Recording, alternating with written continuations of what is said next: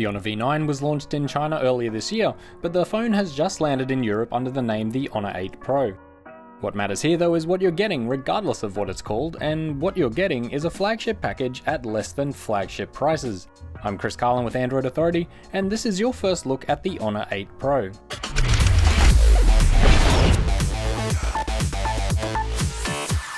The Honor 8 Pro packs more flagship specs than some flagships, and it looks every bit as good as phones that cost a couple of $100s more. Admittedly, there's a bit of a resemblance to the iPhone 7 Plus here, but the Honor 8 Pro very much follows in the design footprints of last year's Honor V8 and this year's Huawei P10. There's dual 12 megapixel cameras on the back, one monochrome and one RGB, and a matte metal finish in 3 different colours. I picked up a navy blue unit, but there's also a midnight black and a platinum gold option. The fingerprint scanner is nice and fast and can also be used for Huawei's navigation gestures as well as to lock down sensitive apps and files. Up front there's a massive 5.7-inch screen covered by Gorilla Glass 3 that has now been bumped up to QHD resolution. On the bottom there's a single speaker along with USB Type-C and the now endangered 3.5mm headphone port.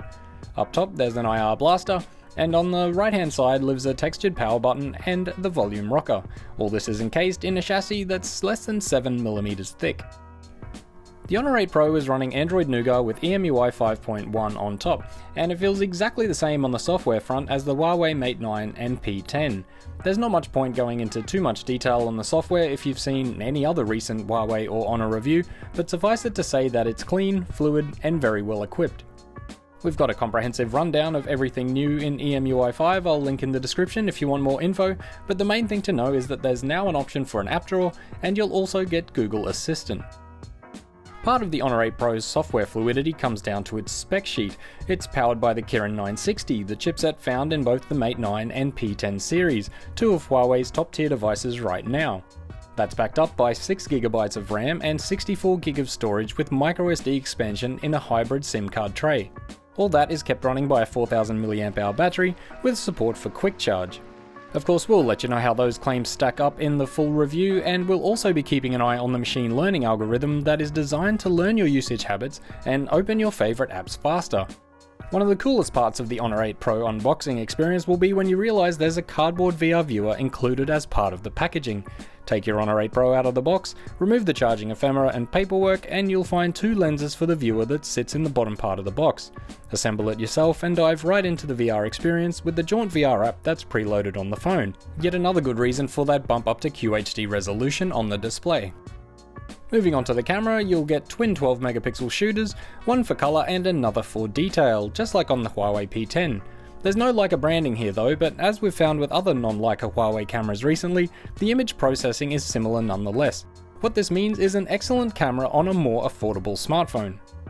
There's a wide aperture mode that lets you fake that fancy bokeh background DSLRs are capable of, and while it's not perfect, it can produce some pretty impressive results on occasion.